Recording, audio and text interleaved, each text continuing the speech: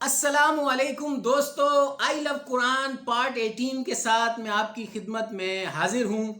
دوستو، آپ سب کو رمضان کریم کا آخری عشرہ بہت بہت مبارک ہو۔ دوستو، جیسا کہ آپ نے تھمب نیل پر دیکھا، غیر اللہ کو مدد کے لیے پکارنا اور سوالیہ نشان۔ سوالیہ نشان سے میری مراد یہ ہے کہ کیا غیر اللہ کو مدد کے لیے پکارنا شرک ہے یا شرک نہیں ہے؟ دوستو، اس کا جواب دینے کے لیے میرے پاس کوئی اتھارٹی نہیں ہے۔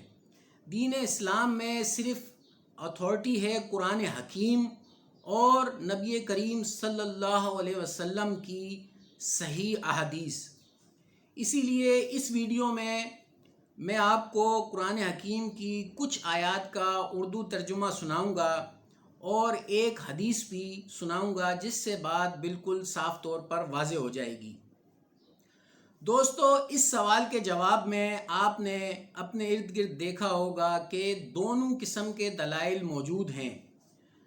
کچھ بہت بڑے بڑے عالم دین یہ کہتے ہیں کہ غیر اللہ سے مدد مانگنا شرک ہے، اور دوسری طرف کچھ بہت بڑے عالم دین یہ بھی کہتے ہیں اور دلائل بھی دیتے ہیں کہ غیر اللہ سے مدد مانگنا شرک نہیں ہے، اس میں کوئی حرج نہیں ہے اور یہ بالکل ٹھیک ہے۔ میری آپ سے ریکویسٹ یہ ہے کہ کیونکہ یہ معاملہ بہت حساس ہے اور اس کا تعلق ہمارے بہت ہی بنیادی عقیدے سے ہے، تو آپ اس کی خود انویسٹیگیشن، خود تحقیق کریں۔ اور یہ بہت زیادہ ممکن ہے کہ ایک شخص ایک نتیجہ نکالے اور دوسرا شخص اس کے برعکس دوسرا نتیجہ نکالے۔ کم از کم آپ خود تحقیق کریں گے، اپنی آنکھوں سے قرآن حکیم کو کھول کر دیکھیں گے، اس کا اردو ترجمہ جو آپ کی نظر میں بڑا عالم دین ہے اس کا ترجمہ آپ دیکھیں، اور کم سے کم 2-3 ترجمے آپ دیکھیں اور پھر آپ نتیجے پر پہنچیں تو وہ سب سے بہتر ہے، کیونکہ معاملہ بہت ہی زیادہ حساس ہے اور ہمارا بنیادی عقیدہ اسی چیز کے اوپر کھڑا ہے۔ میں ویڈیو تھوڑے تھوڑے ٹکڑوں میں بناؤں گا، کیونکہ زیادہ لمبی ویڈیو دیکھنا لوگ پسند نہیں کرتے، تو انشاءاللہ اگلی ویڈیو میں آپ سے مزید بات کروں گا اسی سلسلے میں۔ السلام علیکم دوستو، آئی لو قرآن پارٹ 18 میں آپ نے انٹروڈکشن سن لیا ہے، تو اب میں تیزی سے اس ویڈیو کو ریکارڈ کرواتا ہوں۔ جیسا کہ تھمب نیل پر آپ نے دیکھا، غیر اللہ کو مدد کے لیے پکارنا۔ اب میں آپ کو قرآن حکیم کی کچھ آیات کا ترجمہ سناتا ہوں، جس سے یہ بات بالکل واضح ہو جائے گی۔ سب سے پہلے سورہ فاتحہ کی آیت نمبر 4، ترجمہ کچھ یوں ہے: ہم تیری ہی بندگی کرتے ہیں اور صرف تجھ سے ہی مدد مانگتے ہیں۔ قرآن حکیم کی پہلی ہی صورت میں بالکل واضح ہے کہ ہمیں صرف اللہ کی ہی عبادت کرنی ہے اور صرف اللہ ہی سے مدد مانگنی ہے۔ سورہ بقرہ، جیسا کہ آپ جانتے ہیں، قرآن حکیم کی سب سے بڑی سورت۔ سورہ بقرہ میں صوم کے متعلق 6 آیتیں بہت ہی مکمل ہیں، بہت ہی کامل ہیں۔ 183 سے لے کر 188 تک۔ انہی آیت کے درمیان ایک آیت ہے، آیت نمبر 186 جس کا ترجمہ کچھ یوں ہے: اور اے پیغمبر، جب تم سے میرے بندے میرے بارے میں دریافت کریں تو کہہ دو میں تمہارے پاس ہوں، فَإِنِّي قریب، میں تو تمہارے پاس ہوں۔ جب کوئی پکارنے والا مجھے پکارتا ہے تو میں اس کی دعا قبول کرتا ہوں، تو ان کو چاہیے کہ میرے حکموں کو مانیں اور مجھ پر ایمان لائیں تاکہ نیک رستہ پائیں۔ اس آیت سے واضح طور پر اللہ سبحانہ و تعالیٰ نے فرمایا کہ جب کوئی پکارنے والا مجھے پکارتا ہے تو میں اس کی دعا قبول کرتا ہوں۔ پھر بھی میرے کچھ محترم دوست کہتے ہیں غیر اللہ سے مانگنے میں کوئی حرج نہیں، کچھ گناہ نہیں، ایسا کرنا ٹھیک ہے۔ ظاہری اسباب کی حد تک تو یہ بات بالکل ٹھیک ہے، لیکن غیب میں غیر اللہ کو مدد کے لیے پکارنا یقیناً بہت خطرناک ہے اور ہمیں اس کی کوئی ضرورت بھی نہیں ہے۔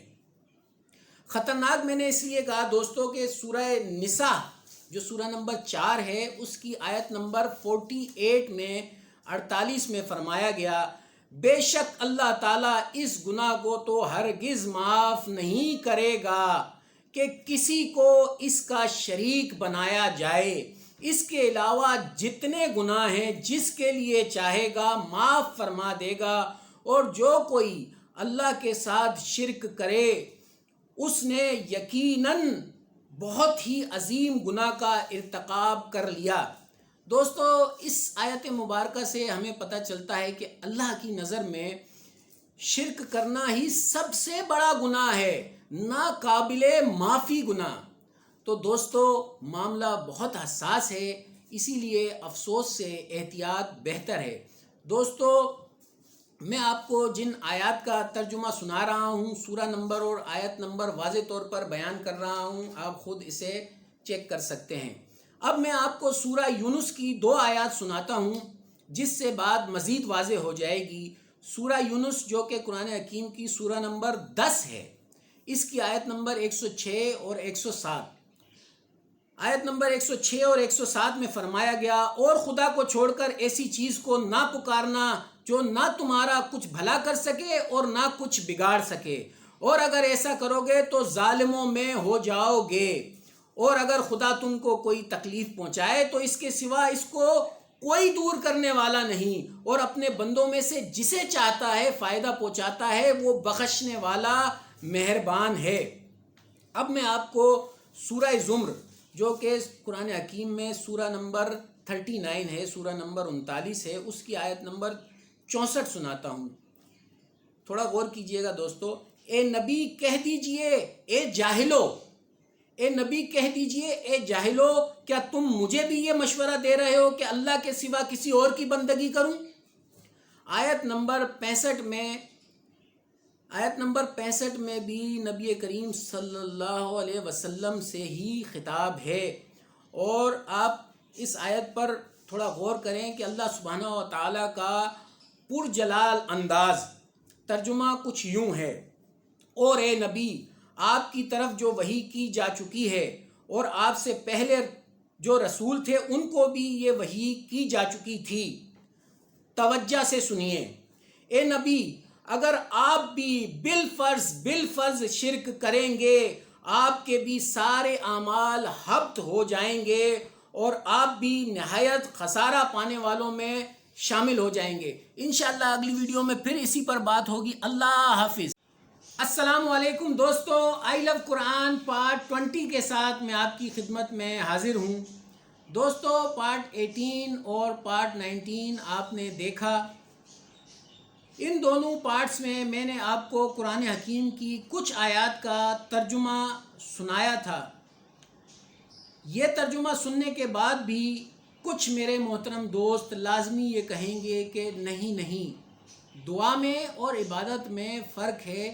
ہم عبادت تو اللہ سبحانہ و تعالیٰ کی ہی کرتے ہیں، لیکن دعا کسی سے بھی مانگی جا سکتی ہے، اس میں کوئی حرج نہیں، اس میں کچھ گناہ نہیں۔ اس بات کا جواب دینے کے لیے میں آپ کو ایک حدیث سنا رہا ہوں، جس میں اللہ کے نبی صلی اللہ علیہ وسلم نے فرمایا کہ دعا ہی تو عبادت ہے۔ یہ حدیث دوستو میں نے اپنے فیس بک کے اکاؤنٹ پر بھی مکمل حوالے کے ساتھ شیئر کی ہے، آپ وہاں پر ملاحظہ کر سکتے ہیں، اور sunnah.com میں بھی آسانی سے چیک کر سکتے ہیں۔ جامع ترمذی کی حدیث نمبر 3372 3372 حسن صحیح حدیث میں نبی اکرم صلی اللہ علیہ وسلم نے فرمایا، دعا ہی تو عبادت ہے۔ پھر آپ نے سورہ نمبر 40 سورہ غافر کی آیت نمبر 60 پڑھی، جس کا ترجمہ کچھ یوں ہے، یعنی تمہارا رب فرماتا ہے کہ مجھ سے دعا کیا کرو، یعنی تمہارا رب فرماتا ہے کہ مجھ سے دعا کرو، میں تمہاری دعا قبول کروں گا۔ جو لوگ میری عبادت سے تکبر کرتے ہیں، ان قریب وہ ذلیل ہو کر جہنم میں داخل ہوں گے۔ دوستو، اب میں آپ کو قرآن حکیم کی ایک آیت کا ترجمہ سنا رہا ہوں، جس میں ایک مثال دی گئی ہے۔ آپ اس مثال کو مد نظر رکھتے ہوئے اس مثال کو ہر ایک پر لاگو کر سکتے ہیں۔ جنہیں اللہ کے سوا پکارا جا رہا ہے، جیسے بت، کچھ بھی یا کوئی بھی۔ دوستو آپ تھوڑا سا اس مثال پر غور کیجئے گا اور اللہ سبحانہ و تعالیٰ کے کلام پر بھی غور کیجئے گا۔ سورہ حج جو سورہ نمبر 22 ہے، اس کی آیت نمبر 73 لوگو ایک مثال بیان کی جاتی ہے، اسے غور سے سنو کہ جن لوگوں کو تم خدا کے سوا پکارتے ہو وہ ایک مکھی بھی نہیں بنا سکتے، اگرچہ اس کے لیے سب مجتمع یعنی جمع ہو جائیں، یعنی سب کے سب جمع ہو جائیں، اور اگر ان سے مکھی کوئی چیز لے جائے تو اسے اس سے چھڑا نہیں سکتے۔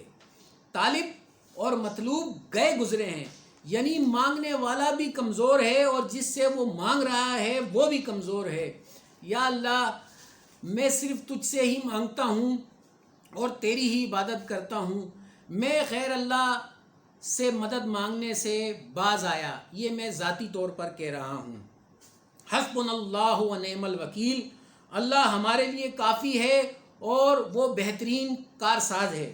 دوستو یہ جو دعا میں نے ابھی پڑھی یہ بھی قرآن حکیم میں موجود ہے، سورہ نمبر 3 سورہ آل عمران کی آیت نمبر 173۔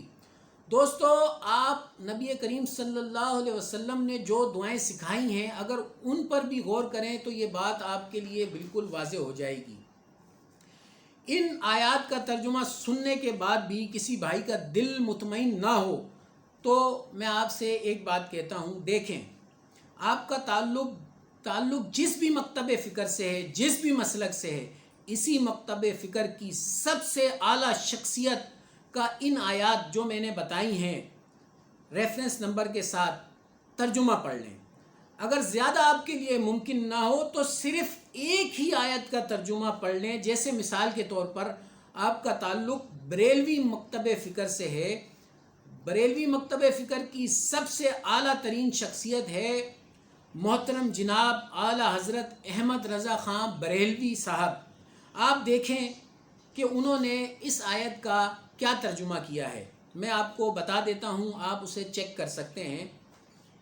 ہم تجھی کو پوجیں اور تجھی سے مدد چاہیں، ہم تجھی کو پوجیں اور تجھی سے مدد چاہیں، یعنی بالکل وہی بات ہے کہ یا اللہ ہم تیری ہی عبادت کرتے ہیں اور تجھی کو مدد کے لیے پکارتے ہیں۔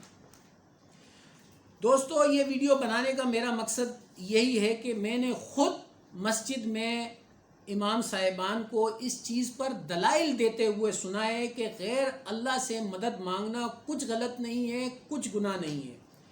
بہرطور دوسری طرف ان دلائل کا رد بھی موجود ہے۔ ہر شخص اپنے اعمال کا ذمہ دار خود ہے، اس لیے میری آپ سے ریکویسٹ ہے کہ آپ خود ذاتی طور پر اس معاملے کی تحقیق کریں۔ جب تک آپ پر بات واضح نہیں ہو جاتی پھر بھی ایک چیز ذہن میں رکھیں، اللہ سے دعا کرنے اور مدد مانگنے میں سب متفق ہیں، سب کے سب متفق ہیں۔ اختلاف صرف اس پر ہے کہ صرف اللہ ہی سے یا اللہ کے علاوہ دوسرے سے بھی مانگ سکتے ہیں۔ چونکہ اللہ کی نظر میں معاملہ حساس ہے، کوئی رزق نہیں لیا جا سکتا، اس میں غلطی کی کوئی بھی گنجائش نہیں ہے، کوئی کچھ بھی کہے۔ احتیاط اور سیفٹی کا تقاضا یہی ہے کہ صرف اللہ سبحانہ و تعالیٰ سے ہی مانگا جائے۔ اللہ حافظ۔